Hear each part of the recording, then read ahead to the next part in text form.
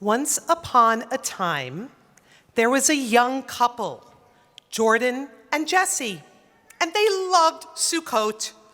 They loved building Sukkot. They loved decorating Sukkot. They loved eating in Sukkot. And they loved inviting the Ushpizin into Sukkot. Now, Jesse learned about Ushpizin many years earlier as a student at Temple Emanu-El's religious school. Jesse's first grade teacher, Diane Bialik, taught Jesse that some people bring Ushpizin into the Sukkot with them. Jesse thought she said mushy peas, which sounded kind of gross. Jesse didn't like peas in the first place, and eating them mushy, that just sounded worse. It made Jesse want to cry. But Miss Diane just laughed and explained that Ushpizin means guests. Jesse thought inviting guests into the Sukkot sounded a lot better than eating mushy peas in Sukkot. It sounded even a little more fun when Miss Diane explained that Ushpizin are guests we can't see, a little bit like imaginary friends. She explained that they are spiritual ancestors, people from the Bible and history and from our own personal past who made things better. Like Miriam, who protected her baby brother Moses when he floated down the Nile River in a basket. Or David Ben-Gurion, the first prime minister of Israel. Or like Jesse's grandmother, who immigrated from Russia and taught Jesse her secret recipe for chicken soup. Jesse and Jordan decided to get married, and they knew exactly where and when the wedding would be. Can anyone guess? Where do you think? Yes, under the sukkah at Temple Emanu-El on Sukkot. See, you knew. They were so happy that day. They had all their friends and family in the pews, and the Ushpizin were a loving presence with them under the sukkah. After the ceremony, people gave them all kinds of gifts: a beautiful plant, a silver Kiddush cup, a pair of hockey tickets. They invited the cantor to come too, even though it was a wedding gift. Then, a man they had never seen before came forward. He had a beard and a big smile and sparkly eyes. He introduced himself as Mike, and he handed them a beautiful gourd. And he said to them, "Because your love is true, I have this gift for you. It brings a wish, but only one. After you wish, the gourd will be gone." Jesse and Jordan were mesmerized by this beautiful gourd and its magical powers. When they looked up to thank Mike for this special gift, he was gone. They left the magic gourd in the sukkah, and after the celebration, the wedding, they went downstairs for a wedding celebration in Wise Hall. Everyone had a great time feasting and dancing and playing Gaga. One person stayed back. A greedy guest wanted that magic gourd. They tiptoed up to the sukkah, put the magic gourd inside their pocket, and looked around and found another gourd that looked almost the same. Then they took the magic gourd and ran out of the Fifth Avenue doors to go home. Well, as soon as they got outside, the heavens opened and there was a huge rainstorm. The rain was so thick that people could barely see in front of them. The greedy guest got very frustrated and said, "I wish this rain would stop." And it did. But then when they put their hand inside the pocket looking for the gourd, It was gone. After making that one wish come true, there was no more magic gourd. Meanwhile, Jesse and Jordan moved into a small apartment with a small balcony, and every Sukkot, they built a tiny sukkah. And the first decoration they brought into the sukkah every year was what they thought was the magic gourd. It reminded them of Mike. It reminded them of their beautiful wedding, all the friends and family that were there. And every Sukkot, when they ate their meals in the sukkah, they invited in Ushpizin, their spiritual ancestors. They loved having that feeling of connection to the past generations. The only thing that could make Sukkot better for Jesse and Jordan would be if they could have more guests to share it with. On their second wedding anniversary, as Jesse and Jordan sat in their tiny sukkah, they talked about maybe using the gourd to wish for a bigger balcony so they could have a bigger sukkah so they could have more guests. But then they decided that instead of using up their only wish, maybe instead they should work really hard, save up their money, and then one day move to an apartment that had a bigger balcony where they could have a bigger sukkah and invite more guests. And guess what? That's exactly what they did. The first year in their new home, Jesse and Jordan's family grew. They had triplets. That's 3 babies all at the same time. They loved these babies very much, but someone was always crying. And Jesse and Jordan were so tired. That Sukkot, as they sat in their bigger sukkah on their bigger balcony, they talked about using the gourd to wish that their triplets would learn to sleep through the night. Then they thought about all the challenges the Ushpizin went through to do all the brave things that they had done. What Miriam did, and Ben Gurion, and what Jesse's grandmother had done, and all the other Ushpizin that came before them. And they decided that if their ancestors could do that, so could they, and they would stick it out, and they would save their wish for something more important in the future. The decades passed, and every so often there was something that Jesse and Jordan thought about wishing for. But each time, they figured out a way to work for what they wanted or to do without it. On their 60th wedding anniversary, that means they were probably in their 80s, Jesse and Jordan had a celebration. They decorated their sukkah with their children and their grandchildren, and friends and family came throughout the day. Everyone laughed and talked and ate and sang and had a wonderful time. That night, after everyone left, Jesse and Jordan sat in the sukkah and reflected back on their life, feeling so grateful for all their blessings.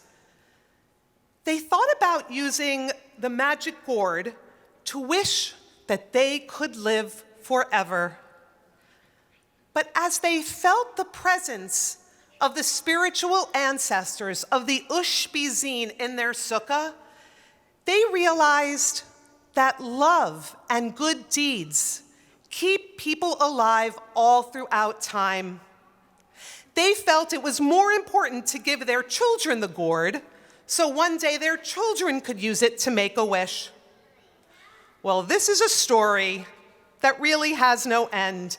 No one ever found out that the magic gourd was a fake, because everyone who had it loved their children so much that whenever they wanted to use a wish for themselves, they decided not to.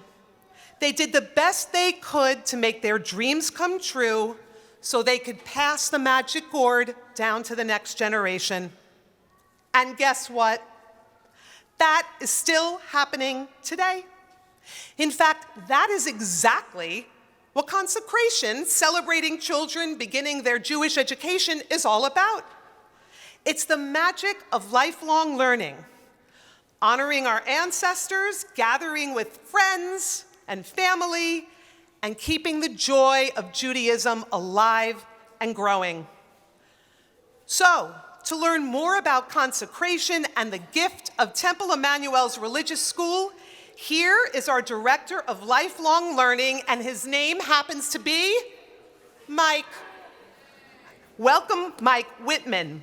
Mike likes to smile and to speak in rhyme, so get ready to have a really good time.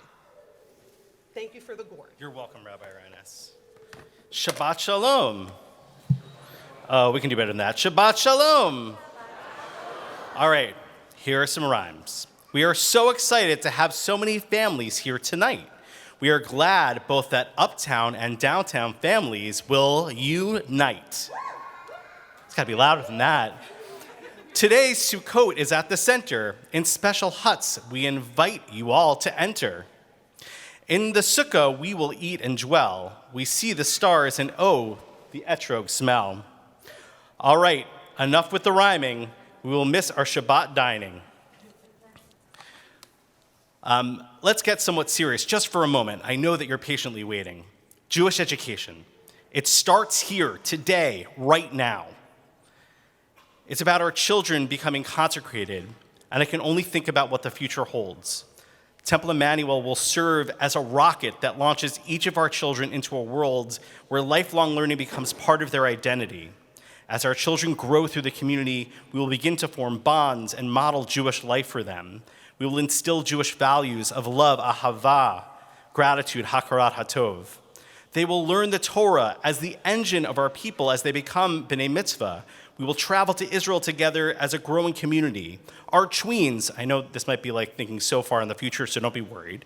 Our tweens will become teens, and Temple Emanu-El will serve as a haven for the stresses of school, city life, and the struggles that come with being a teenager.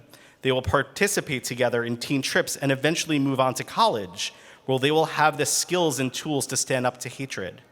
There is one more thing that we must add on our Jewish journey, and that's the rocket fuel to solidify their Jewish identity. Jewish summer camp. That's right, you heard it. Jewish summer camp.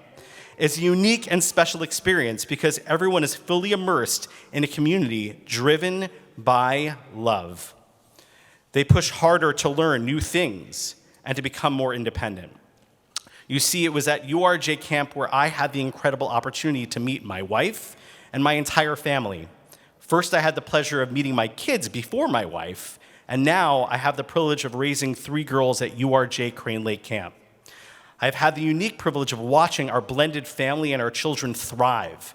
It has taught our children personal responsibility and how to be the best versions of themselves. I share this with you because now is the perfect time for your children to embark on their Jewish journey through Temple Emanu-El and URJ camping.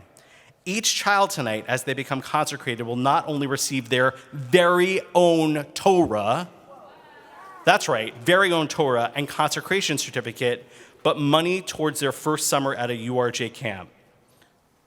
My family are here tonight to answer any questions you might have. A lot of our clergy, their children have gone through URJ camping. A lot of our staff have gone through it. So please come up to us and ask us any questions. All right, here's the last rhyming. Since we are family now, when you hear your first name, please come up. We hope that this night will fill your cup. May this year of family's Jewish journey fit like a glove, and know your children are surrounded by love. And with that, I'm going to call you up by your first names, and I'm going to ask you to come up right over here, and Yael, Jamie, and Em will hand you a Torah, and then you're going to make your way under this beautiful sukkah. So when I call your name, come on down.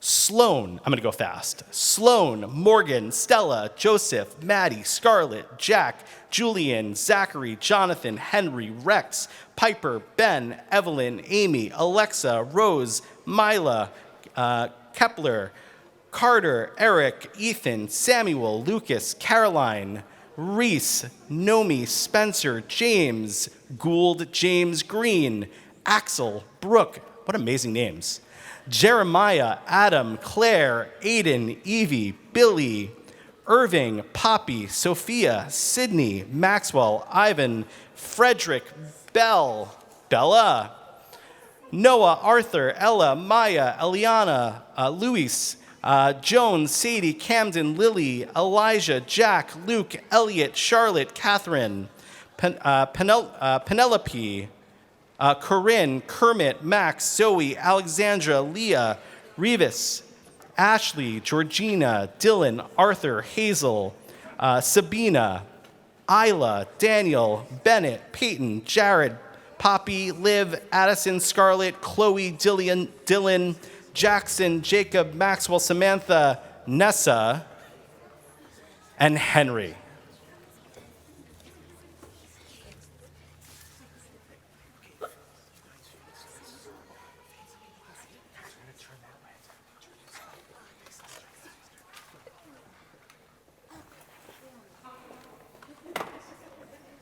What a great joy it is to stand under this sukkah with all of you. And we welcome under this sukkah those kids who are home, who because of the weather weren't able to be here. We want you to know, who are watching, that this blessing is for you too. And we've got Torah scrolls for you and certificates of consecration and certificates for camp for you also. I'm going to ask everyone who's in the congregation, though, to please stand as we open up the ark.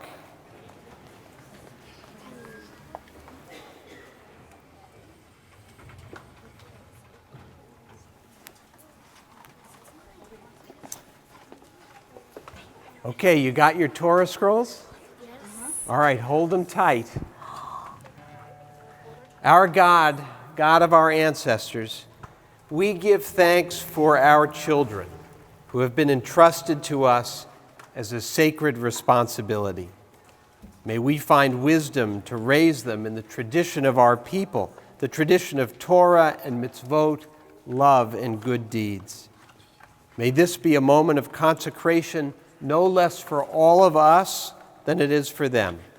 For we too need to learn Torah and live it. O God, let such joy as we feel now be with us always as we seek the path of life and goodness for ourselves and all those we love. Amen. Amen. Amen. יברכך אדוני וישמרך. May God bless you and protect you.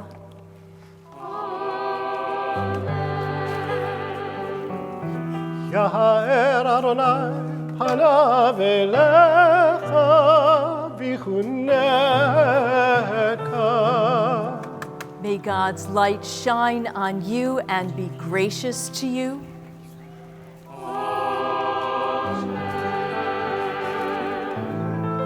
יישא אדוני פניו אליך וישם לך שלום. May God's face turn toward you when you look inside yourselves, and that's where God is. And that's what makes you so special and magic. And may you all know peace.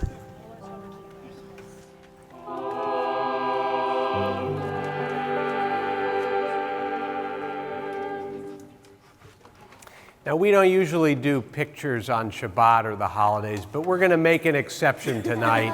So all of you guys, why don't you turn around? You can face the congregation, and if your moms and dad and grandparents and friends are there and they want to come into the aisle and get a picture of the whole consecration class, we're going to let you do that.